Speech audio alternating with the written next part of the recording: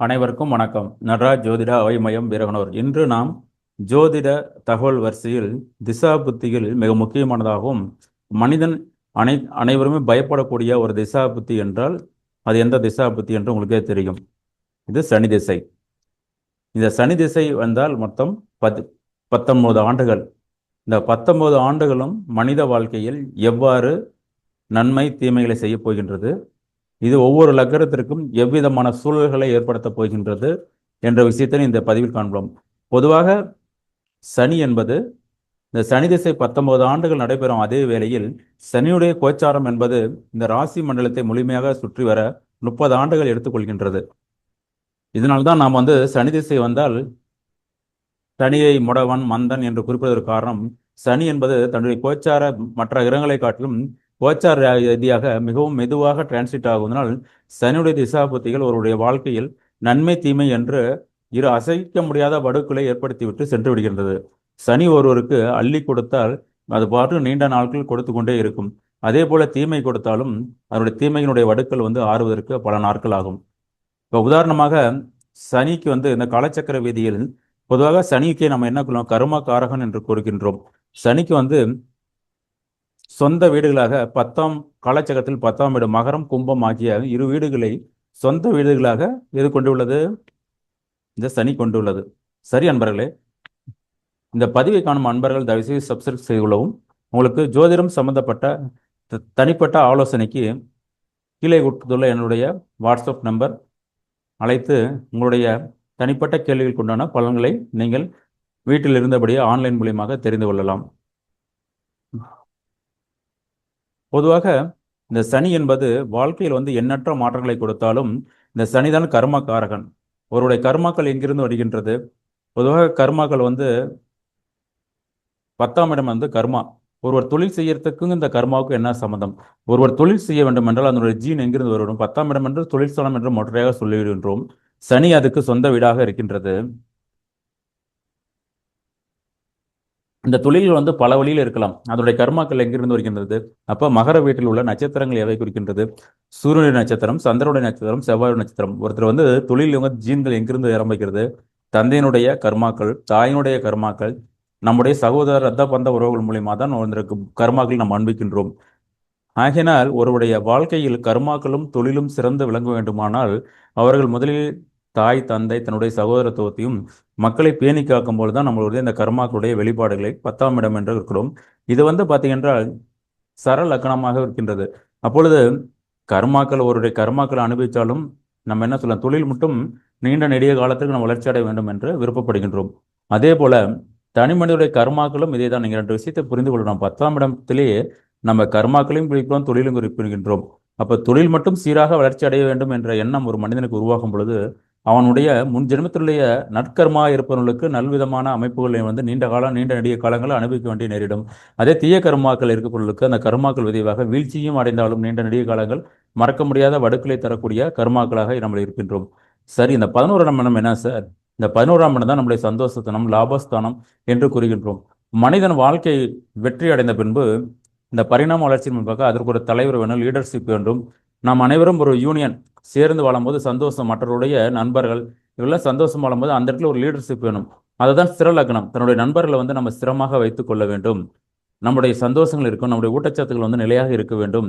அதனுடைய வீட்டினுடைய தளம் பார்த்தால் ஒரு காற்று வீட்டில் ஒரு ஸ்திர லக்னம். அப்போது வாழ்க்கையில் நிலையான ஒரு தலைவர் வேண்டும், நிலையான வாழ்க்கை முறை வேண்டும், நிலையான நண்பர்கள் வேண்டும், நிலையான ஊட்டச்சத்துக்கள் வேண்டும். இது நம்மளது பாடி ஆஃப் பார்ட்ஸில் பார்த்தா நம்மளுடைய முட்டியின் கீழ் உள்ள கணுக்கால் பகுதி இது நிலையான ஸ்டெபிலிட்டியாக சிரமமாக மடக்க முடியாத நெளிய முடியாதும் நல்ல தாங்குதல் இருந்தால் தான் இந்த நம்முடைய பாடி ஆஃப் பார்ட்ஸை தாங்கி நடத்த வேண்டும். அதே போல நண்பர்கள் என்னும் வட்டாரத்தில் நம்முடைய வாழ்க்கை சீராக அமைய வேண்டும். அப்பொழுதுதான் வாழ்க்கை என்ற தத்துவம் நம்முடைய வாழ்க்கை தடமாறாக இருக்க வேண்டும். சரி சார், ஏன் இந்த சனியை மட்டும் நம்ம மற்ற கிரகங்களை காட்டிலும் துன்பமாக நினைந்தவர்களாக நாம் நினைக்கின்றோம்? சனிக்கு சொந்த வீடுகள் நம்ம சொல்லிவிட்டோம், மகரம் கும்பம். சனியுடைய நட்சத்திரங்கள் எவை?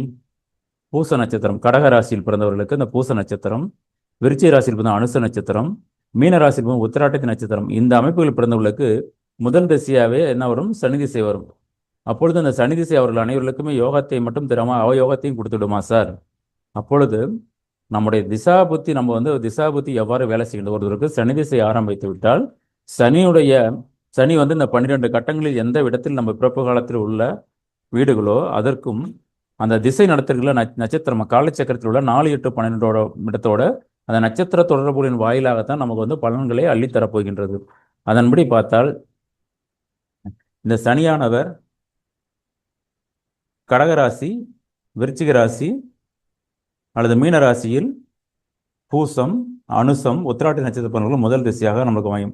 அதே போல மற்ற நட்சத்திரங்கள் இப்போ மிதுன ராசியில் பிறந்தவர்கள் அடுத்தடுத்து வரக்கூடிய திசைகள் மாதிரி ரொட்டேஷன் வரதான் செய்யும். மிதுன ராசியில் பிறந்தவர்களுக்கு அல்லது ரிஷப ராசியில் பிறந்தவர்களுக்கு அடுத்தடுத்து வரக்கூடிய திசா புத்திகள் வந்து அதனுடைய திசா புத்தி வாயிலாக கடந்து வரும்பொழுது நம்ம சனி திசையை அமைக்கின்றோம். அப்பொழுது அந்த சனி திசை ஒரு மனித வாழ்க்கையில் எவ்வாறு ஒருமான போராட்டத்தை கொடுக்கும். இப்போ உதாரணமாக மேச லக்னத்தில் பிறந்தவர்களுக்கு சனி திசை ஆரம்பித்தவுடன் எங்கே தொடர்பு கொள்ளும்? மேச லக்னக்காரங்களுக்கு சனி திசை என்பது அவர்களுக்கு வந்து 4, 8, 12 என்ற துன்ப திரிகோணம் என்ற அமைப்பில் வந்து நட்சத்திர தொடர்பு மூலியமாக துன்ப திரிகோணம் என்ற கால சூழலை ஏற்படுத்தும். அவர்களுக்கு வந்து வீடு, நிலம், வாகனங்கள், துன்பங்கள், வெளிநாட்டு பயணங்கள், வாழ்க்கையில் வண்டி, வாகன, நிலப்புலங்கள் இதன் மொழியெல்லாம் இந்த திசை நடக்கும் பொழுது இதன் மொழியெல்லாம் நாட்டங்களையும் அவருடைய வாழ்க்கை பயணத்தை இதிலிருந்து சீர்படுத்தக்கூடிய எண்ணங்களும் அவருடைய வாழ்க்கையில் வந்து ஒரு சூழலை அமைத்து கொடுக்கக்கூடிய ஒரு நிலையை ஒரு ஸ்டெபிலிட்டியை வந்து கொடுக்கும். இதே வந்து பார்த்தீங்கன்னா ரிஷப லக்னக்காரங்களுக்கு தான் இந்த சனி திசை தான் அவர்களுக்கு வந்து கெட்ட திசை என்று குறிப்பிடுறாரு. இப்போ ரிஷபம், கன்னி, மகரம் போன்ற ராசிகளுக்கு இன்பத்தை போற்றக்கூடிய திசைகள், அதாவது வெளிநாடு பயணங்கள், தன்னுடைய கம்யூனிகேஷன், இடம் விட்டு இடம் மாறுதல், தன்னுடைய மனைவி, தன்னுடைய நண்பர்கள் அல்லது அரசியல் மிகப்பெரிய புகழை அடைய வேண்டும், நம்ம வந்து ஒரு சமுதாயத்தில் மிக ஒழுக்கமாக இருக்க வேண்டும், நம்ம சந்தோஷத்தை அமைக்க வேண்டும் என்ற எண்ணங்களும் பிறந்த இடத்தை விட்டு அடுத்த இடத்தில் வசிக்கக்கூடிய நிலைமையும் அந்த இடத்துல இருந்து ஸ்டெபிலிட்டியாக ஒரு நிலையான வாழ்க்கை தத்துவத்தை அனுப்பக்கூடிய ஒரு சூழலை ஏற்படுத்த காட்டும். யாருக்கு? ரிஷபம், கன்னி, மகரம் போன்ற லக்னத்தில் பிறந்தவர்களுக்கு இது போன்ற அமைப்புகளை ஏற்படுத்துவதற்கு வாய்ப்பு வரும்.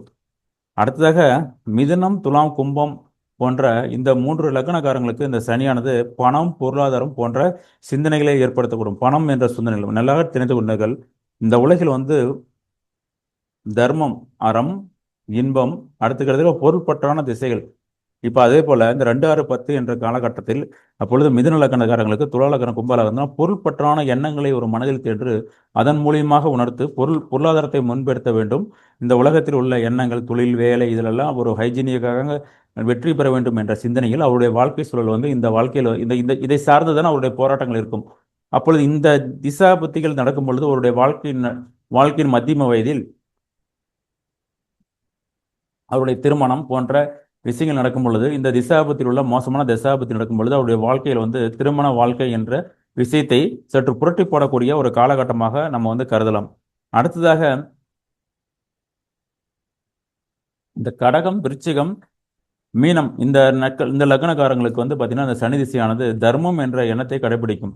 அதனால் இவர்களுக்கு தான் இந்த தர்ம யோகம், ஒரு ஸ்பெகுலேஷன் துறையில் வந்து முதலீடு பண்ணுதல், உடல் உழைப்பில்லாத பணத்தை சேர்ந்தால் கடந்த காலத்தில் விட்டு சென்ற குறைவுடன் சற்று மந்தமான சிந்தனையுடன் வாழ்க்கையில் வெறுமை என்ற எண்ணத்துடன் வாழ்க்கை எவ்வாறெல்லாம் போகட்டும், நம்ம வந்து உறவுகளுடன் சந்தோஷமா இருந்தால் போதும் என்ற எண்ணத்துடன் எதையுமே ஒரு பற்றற்ற நிலையில வந்து இருக்கக்கூடிய பொருளாதாரம் சற்று தடையாகவும் தாமதமாக இருக்கக்கூடிய ஒரு சூழ்நிலையை வந்து அந்த இடத்துல வந்து நமக்கு வந்து உணர்த்தக்கூடிய ஒரு காலகட்டமாக நமக்கு வந்து இதை அனுபவிக்கும். பொதுவாக ஒரு திசை என்பது ஒரு இடத்தில் நடக்கும் பொழுது அது வந்து ஒவ்வொரு லக்னக்காரங்களுக்கும் ஒவ்வொரு விதமான எக்ஸ்பர்ட்ஸை கொடுக்கக்கூடிய அமைப்பாக இருக்கும். ஒருவருக்கு யோகத்தையும் மற்றொருக்கு கொடுக்கும். அதே போல ஒரு கிரகம் என்பது அவருடைய கர்ம வினையின் பயனாக இப்ப ஒருவர் வந்து சிறந்த இப்போ உதாரணத்திற்கு இப்போ எடுத்துக்காட்டாக ஒரு மிதுன லக்கணத்திற்காரர்களுக்கு எடுத்துக்கொண்டால் மிதுன லக்கணக்காரர்களுக்கு இந்த சனி திசை வந்து பொருளாதாரம், பணம், சந்தோஷம் போன்ற எண்ணங்களை அவர்களுக்கு வந்து அலாதிய எண்ணங்களாக தூண்டி அந்த பணம் சம்பந்தப்பட்ட விஷயத்தில் முன்னேற்றங்களை கொடுக்கக்கூடிய நிலைமையாக இருக்கும். அதே வேளத்தில் பணம் எங்கிருந்து வர வேண்டும்? சமுதாயம் என்ற சூழலில் இருந்தால் பணம் வர வேண்டும். ஆகினால் இந்த பணம் வரும்போது சமுதாயத்தில் உள்ள எதிர்ப்பாளர் இவற்றை அடிபணிந்து தோற்ற வேண்டும். எதிரியை வெல்லக்கூடிய யோகமாக இருக்கும். அப்பொழுது குடும்பம் சார்ந்த விஷயத்தில் அவர்களுக்கு ஒரு சில தடைகளும், கணவன் மனைவி ஒரு சில தடை, தாமதங்கள், விரிசல்கள் இது போன்ற சூழ்நிலை இருக்க வேண்டும். பொதுவாக ஒரு ஒரு விஷயத்தை நாம் அடையும் பொழுது அதற்கு எதிர்மாறான திசையும் நடக்கத்தான் செய்யும். 2 ஆற்றல்களும் ஒன்றோடொன்று சேர்ந்து இயங்கத்தான் செய்யும். அதுதான் விதி. அதே போலதான் திசா புத்திகளும் நமக்கு ஒரு நன்மை செய்யும் அதே காலத்தில் ஒரு தீமையாக ஒரு மறுபக்கத்தை அனுபவிக்க வேண்டும். இப்பொழுது சனி திசையில் மோசமான திசா புத்தியாக கருதக்கூடிய இந்த புத்திகள் எவைவை என்று எடுத்து பார்க்கும் பொழுது இந்த சனி திசையில் செவ்வாய் புத்தி, இந்த சனி திசையில் ராகு புத்தி, இந்த சனி திசையில் குரு புத்தி ஆகியவை ஒரு சாபத்தின் காரணமாக ஒருவருடைய ஆற்றல்களை இன்னொரு ஆற்றல்களாக மறுக்கக்கூடிய ஒரு ஒரு புத்தியினுடைய காலகட்டமாக நம்ம எடுத்துக்கொள்ளக்கூடிய ஒரு காலகட்டமாக இருக்கும். ஏனென்றால் இந்த திசாபத்தி நடக்கும்போது சனியுடைய யோகத்தன்மையை சற்று குறைத்துவிடும். அல்லது ஒருவர் வந்து கஷ்டமான ஒரு காலகட்டத்தில் வந்து அனுபவிச்சிருக்கின்றால் இந்த திசாபுத்திகள் அந்த கஷ்டத்தை ஒண்ணுமில்லா செய்துவிட்டு அவர் வந்து சூப்பராக முன்னேறி விடுவார்கள். ஆகினால் ஒரு திசாபுத்தி வந்து நடப்பியல் கோச்சாரங்கள் இப்பொழுது நடக்கக்கூடிய கோச்சார கிரகங்களுடைய அடிப்படையில் தான் அதனுடைய பலன்களை நமக்கு அள்ளித்தரக்கூடிய ஒரு நிலையில் வந்து எந்த கிரகமுமே முற்பட ஆரம்பிக்கும். ஆகினால் சனி திசையை கண்டு நாம் பயப்பட வேண்டியதில்லை. சனி மிகவும் ஆத்மாத்மான கிரகம். சனி தான் நமக்கு வந்து தொழில் சம்பந்தப்பட்ட விஷயங்கள், நம்முடைய கர்மாக்களை பிரதிபலிக்கூடியது. ஒரு நாட்டாளும் ராஜாவாக இருந்தால் கூட அவனுக்கு அடித்தளத்தை பொறுமையாக இருந்து நமக்குடைய ஸ்டெபிலிட்டியை கொடுக்கக்கூடிய ஒரு கிரகமாக சனி கிரகம் இருக்கும். சனி என்பது வாழ்க்கையில் வந்து பற்றற்ற கிரகமாக இருக்கும்.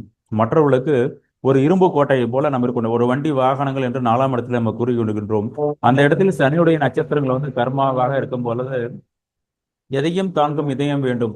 இந்த உலகத்தில் உள்ள அனைத்து பாரங்களையும் தாங்கி இந்த உலக மக்கள் நலனுக்காக போராடக்கூடிய ஒரே கிரகம் என்றால் சனி கிரகம். அப்பொழுது ஒருவர்களுக்கு சனி திசை நடக்கும் பொழுது அவர்கள் வாழ்க்கையினுடைய கடந்த காலத்தையும் இணைந்த காலத்தையும் இணைந்து வாழ்க்கையினுடைய எண்ணற்ற துன்பங்களை அடுத்த திசாபதியில் தயார்படுத்திக் கொள்ள ஒரு ஒரு ஒரு பல பரிச்சையாக இருக்கக்கூடிய ஒரு கிரகம் தான்.